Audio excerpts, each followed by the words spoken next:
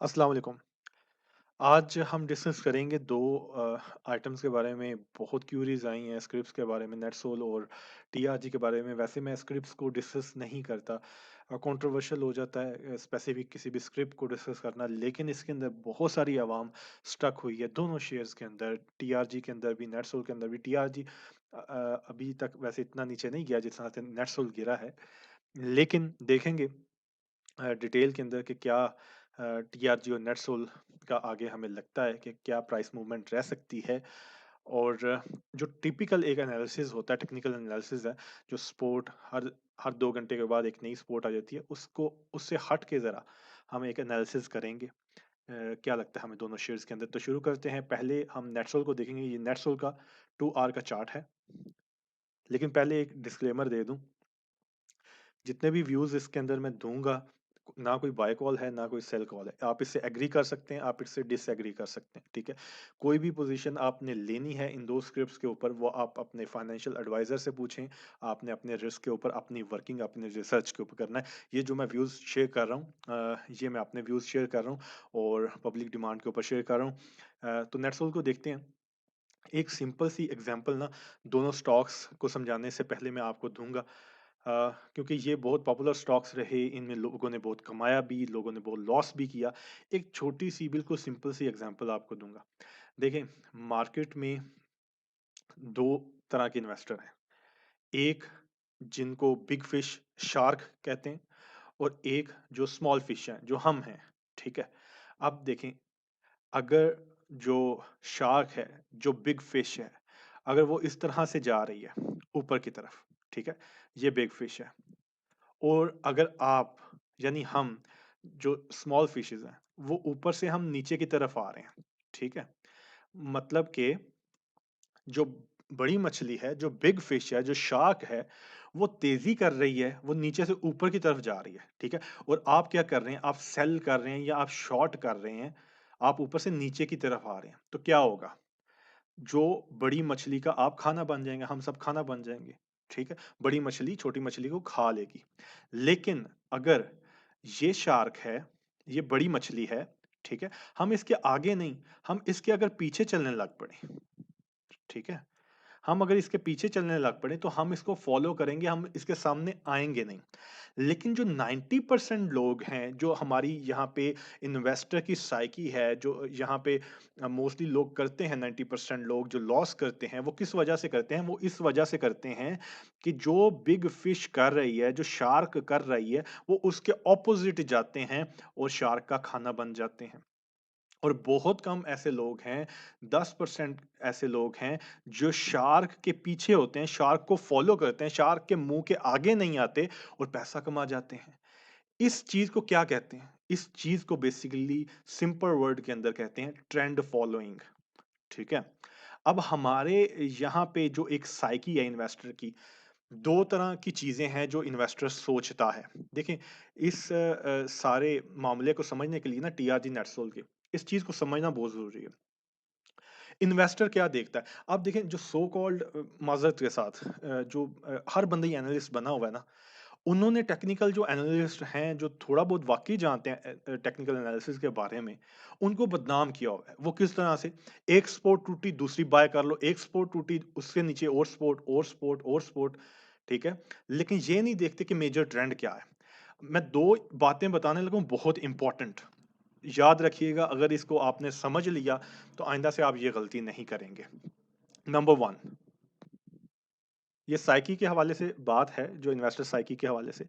जब आपने कोई चीज़ बाय की होती है ना, इवन कि आप टेक्निकल एनालिस्ट हैं, टेक्निकल एनालिस्ट ये बहुत ज़्यादा गलती करते हैं।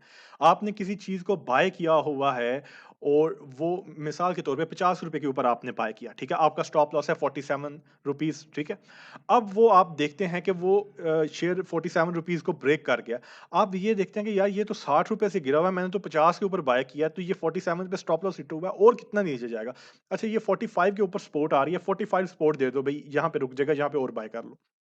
45 गया, वहाँ पे थोड़ा-सा रुका, थोड़ा-सा बाउंस बैक आया, उसके बाद पलटा और वापस वो 45 भी ब्रेक कर गया, 43 चला गया। अब वो इतना नीचे आ गया है कि अब वो गले में अटक गया कि भई, अब यहाँ पे तो लॉस बुक नहीं कर सकते। अब यहाँ से वापस आएगा तो सेल करेंगे, और इसी तरह से वो आपके ऊपर बोझ बनता जाता है और सेम यही चीज़ नेटसोल के अंदर हुई है।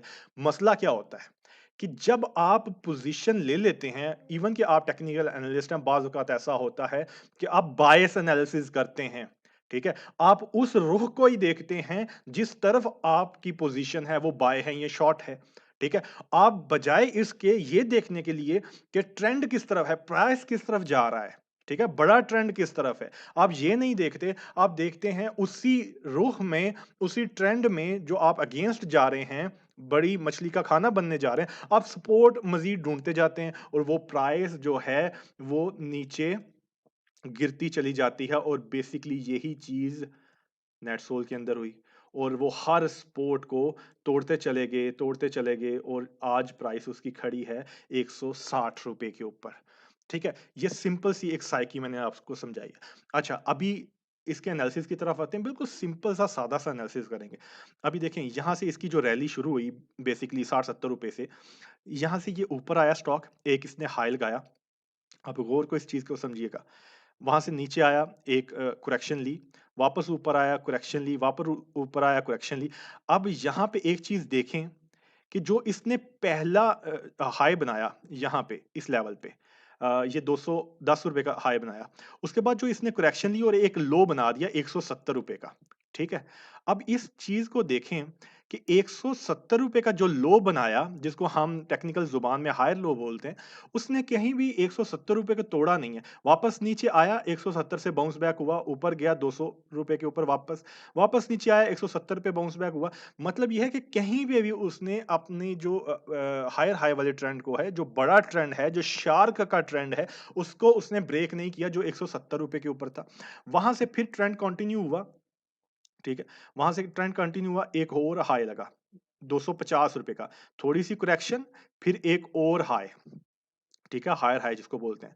वापस नीचे आया, ऑलमोस्ट डबल बॉटम के करीब-करीब आई प्राइस, ठीक है? और वहाँ से एक और हाई लगा, ठीक है? नीचे आया और वापस ऊपर गया तो नया हाई नहीं लगा यहाँ पे, ठीक है? यहाँ पे डबल टॉप लगा। अच्छा, ये जितना भी सारा यहाँ पे प्राइस एक्शन हुआ ना इस एरिया के अंदर जो अप ट्रेंड था, इसके अंदर एक चीज़ कॉमन है अगर देखें तो, जो उसने अपना करेक्शन के बाद लो बनाया मतलब हायर लो जिस तरह के यहाँ पे बना, इस लेवल के ऊपर, ठीक है?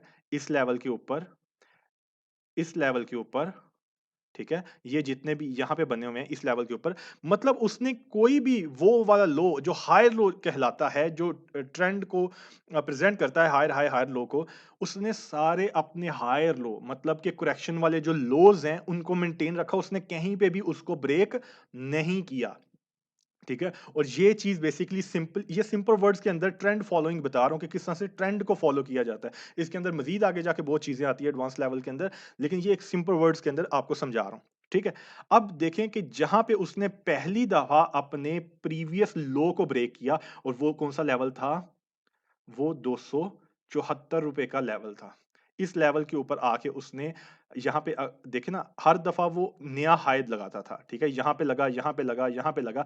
अब यहाँ पे जब उसने नीचे लो लगाया, करेक्शन ली ₹272 के ऊपर, वहाँ से ऊपर जब गया तो उसने ₹301 का जो डबल टॉप जहाँ पे बना उसको ब्रेक नहीं किया। मज़ीद एक और हाई ऊपर नहीं बनाया, ठीक है?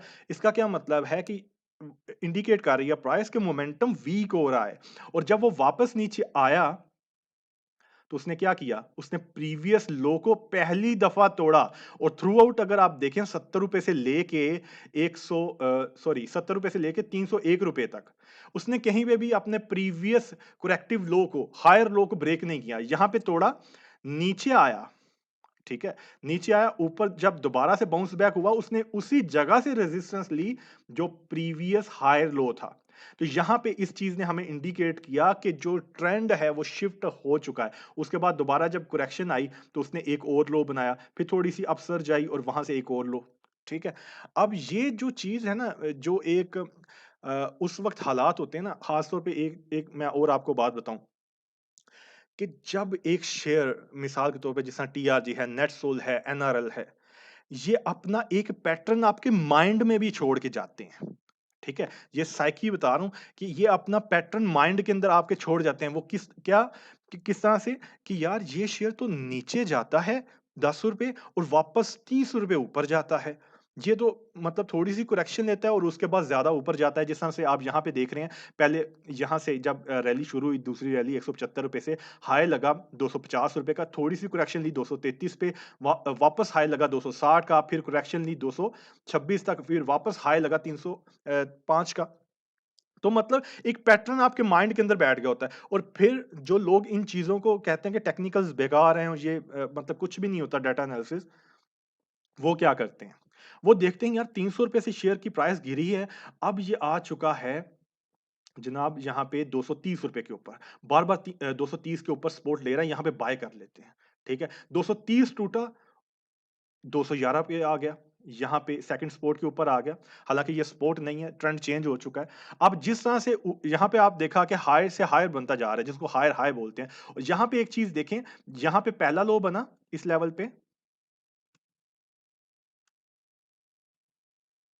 पे पहला लो बना, ठीक है? उसके बाद फिर ये एक और यहाँ पे लो बना, एक और यहाँ पे लो बना और ये अभी का लो बना हुआ है आपके सामने, ठीक है? मतलब जैसे यहाँ पे ट्रेंड था हायर हाई का, यहाँ पे ट्रेंड है लोअर लो का, ठीक है? लेकिन जो एक पैटर्न आपके माइंड के अंदर वो छोड़ के जाता है, आप क्या करते हैं, आप देखते हैं 230 पे बाय किया, यार ये टूटा, 215 पे भी बाय कर लो, 200 पे भी बाय कर लो, यार अब तो बहुत ही नीचे आ चुका है, यहाँ से तो उठेगा। और 2 चीज़ें सबसे ज़्यादा दिमाग खराब करती हैं हमारे इन्वेस्टर का, वो क्या है? जो एक सो कॉल्ड टेक्निकल एनालिस्ट होते हैं, जो चार्ट्स पोस्ट करते हैं जाके सोशल मीडिया के ऊपर, जिनको कंपैरेटिवली बहुत कम नॉलेज होता है इस चीज़ का। वो 2 चीज़ें आपको बताते हैं। नंबर 1 पे चार्ट बहुत ओवरसोल्ड हो चुका है। नंबर 2 यार प्राइस बहुत नीचे आ चुकी है। ठीक है? मतलब वही बात होगी ओवरसोल्ड हो गया। यहाँ से तो उठना चाहिए या प्राइस बहुत ओवरबॉट हो गई है, यहाँ पे सेल कर दो, ये तो अब शेयर नीचे आएगा और वहाँ से वो जब ₹100 के ऊपर आप शेयर सेल करते हैं तो वो 300 का हो जाता है नेट सोल्ड।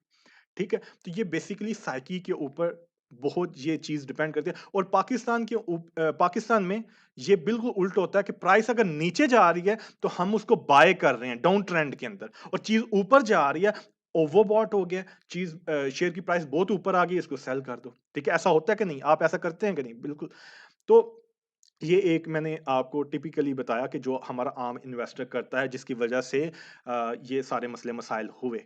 ठीक है, अभी देखते हैं कि नेटसोल के अंदर क्या लगता है मज़ीद ये अब कहाँ पे रुकेगा? ठीक है, इसको देखते हैं।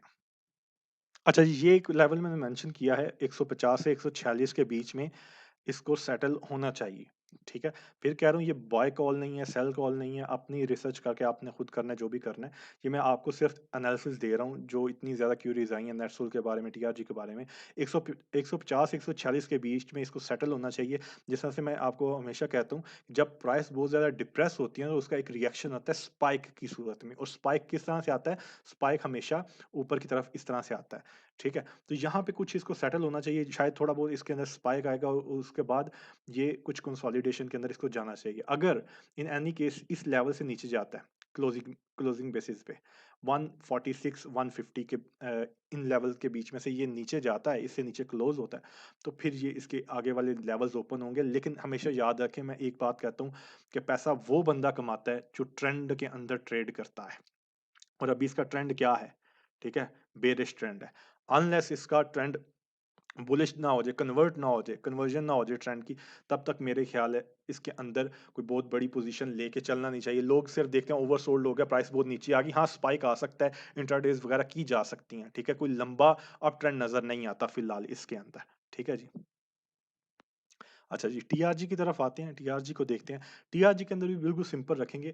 एक बात याद रखें, टेक्निकल एनालिसिस जो है ना, जितने भी टेक्निकल एनालिसिस के अंदर टूल यूज़ होते हैं या टेक्निकल एनालिसिस की जितनी भी ब्रांचेज़ हैं, वीएसए हो जाए, एलिट वेव हो जाए, जितनी भी चीज़ें हैं, मैं पहले भी आपको कहा था कि जब तक आपकी अप्रोच मार्केट के बारे में ठीक नहीं होगी, आपका कंक्लूजन ठीक नहीं निकलेगा। आप कोई भी टेक्निकल एनालिसिस का टूल यूज़ कर लें, ठीक है? किसी चीज़ के भी ज़रिए, किसी मेथड के ज़रिए भी आप एनालिसिस कर लें, अप्रोच आपकी ठीक होगी, आंसर आपका एक ही आएगा, ठीक है?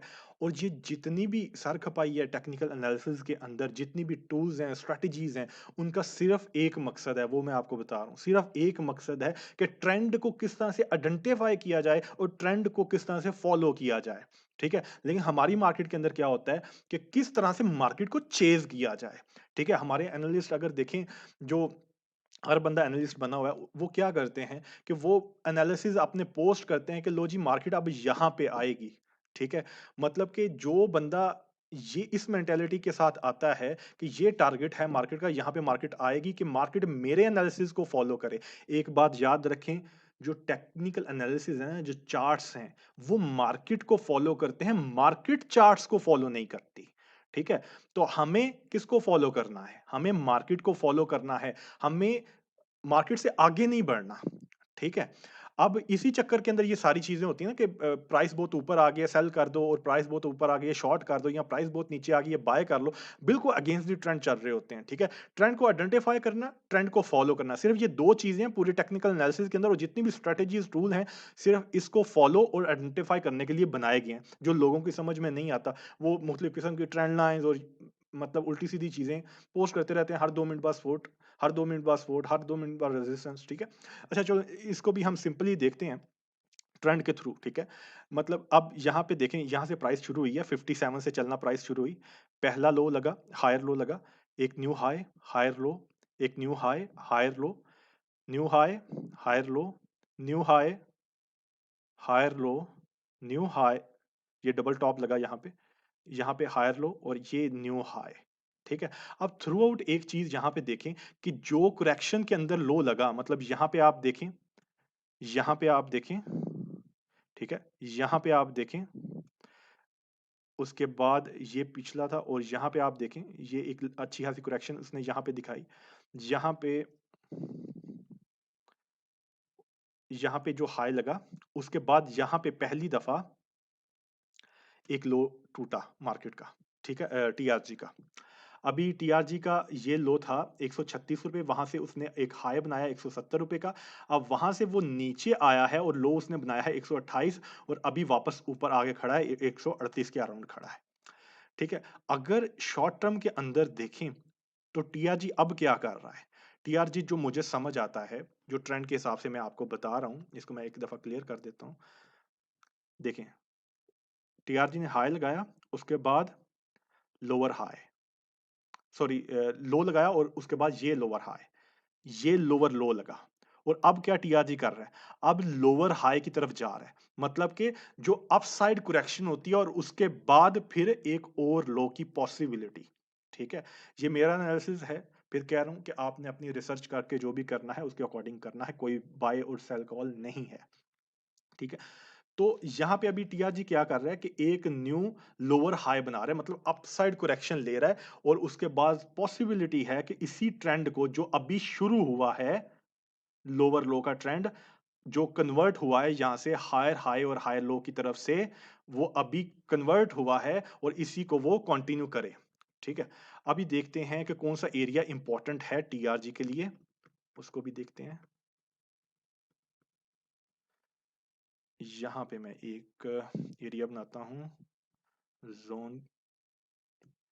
इस एरिया के अंदर, अगर इस एरिया को देखें, 148 150 का ये एरिया, ये काफ़ी इंपॉर्टेंट है टीआरजी के लिए। अगर टीआरजी इसको टच करता है, ठीक है, तो इसका परफेक्ट एक लोअर हाई बनेगा, और उसके बाद अगर कंटिन्यूएशन होती है और प्रीवियस प्रीवियस लो टूटता है, और इसके अंदर आप फिर एग्रेसिव एक मैसिव सेल ऑफ देखेंगे, ₹127 के नीचे टीआरजी के अंदर एक एग्रेसिव सेल ऑफ आप देखेंगे, और उसके बाद फिर ये इस चीज़ की पॉसिबिलिटी है जो मैं अभी बना रहा हूँ। इसको मैं ट्रेंड लाइन बनाता हूँ। ये लेवल भी मैंने मेंशन कर दिए, 148 150 का ये लेवल है जहाँ पे इसका पॉसिबिलिटी है कि लोअर हाई बने, और अगर वहाँ से वापस आता है और 127 को इन एनी केस तोड़ता है, तो इस चीज़ की पॉसिबिलिटी है अपनी सपोर्ट को तोड़े, जो प्रीवियस जहाँ से बाउंस बैक लिया, और उसके बाद उसको रेजिस्ट करके वहाँ से एक और लोअर लो बना सकता है। वैसे ज़ाती तौर पे मेरा ये ख्याल है कि टीआरजी को आप भी जानते होंगे कि बेसिकली जो मोमेंटम है मार्केट का, उसकी जो जान है ना, वो टीआरजी के अंदर है। मैं ये समझता हूँ कि अगर मार्केट को बहुत अच्छा परफॉर्म करना है, आगे एक रैली देनी है, ये मेरा ज़ाती तौर पे ख्याल है, आप इससे एग्री या डिसएग्री कर सकते हैं। मेरा ज़ाती तौर पे ख्याल है कि मार्केट को अगर बहुत अच्छा परफॉर्म करना है, एक नई रैली देनी है, तो उससे पहले टीआरजी को ₹100 के आसपास आना चाहिए। ठीक है? ये मेरा ज़ाती तौर पे ख़्याल है, आप इससे एग्री या डिसएग्री कर सकते हैं। कि टीआरजी अगर ₹100 के पास आएगा, तो इतनी अच्छी स्पेस बन चुकी होगी स्क्रिप्ट के अंदर कि जब मार्केट दोबारा से चलेगी, तो ये भी साथ में चलेगा क्योंकि मोमेंटम मार्केट का बहुत डिपेंड करता है टीआरजी के ऊपर, ठीक है? 100 के अराउंड कहीं पे इसकी प्राइस को आना चाहिए अगर मार्केट ने अच्छा परफॉर्म करना है क्योंकि अगर यहाँ से ये चलता है, तो ये कितना परफॉर्म करेगा? अगर आप देखें तो बड़े वॉल्यूम्स इसके अंदर अच्छे खासे लग चुके हैं।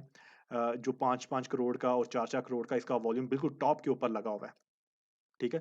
तो यहाँ से ये परफॉर्म करेगा अगर तो बहुत बोझल हो जाएगा, बहुत भारी-भरकम हो जाएगा। तो इसको हल्का होना चाहिए। ये हल्का होगा तो मार्केट अच्छी चलेगी, ठीक है? ये मेरे व्यूज़ थे जो मैंने टीआरजी और नेटसोल से रिलेटेड शेयर किए। कोई बाय सेल कॉल नहीं दी, लेकिन एक आपको साइकी समझाई है इन्वेस्टर की। जितनी भी बातें समझाई हैं लर्निंग पॉइंट ऑफ व्यू से, उम्मीद है अगर आप इसको अप्लाई करेंगे प्रैक्टिकली तो नेक्स्ट टाइम इस डिज़ास्टर से आप बच सकेंगे। बहुत शुक्रिया।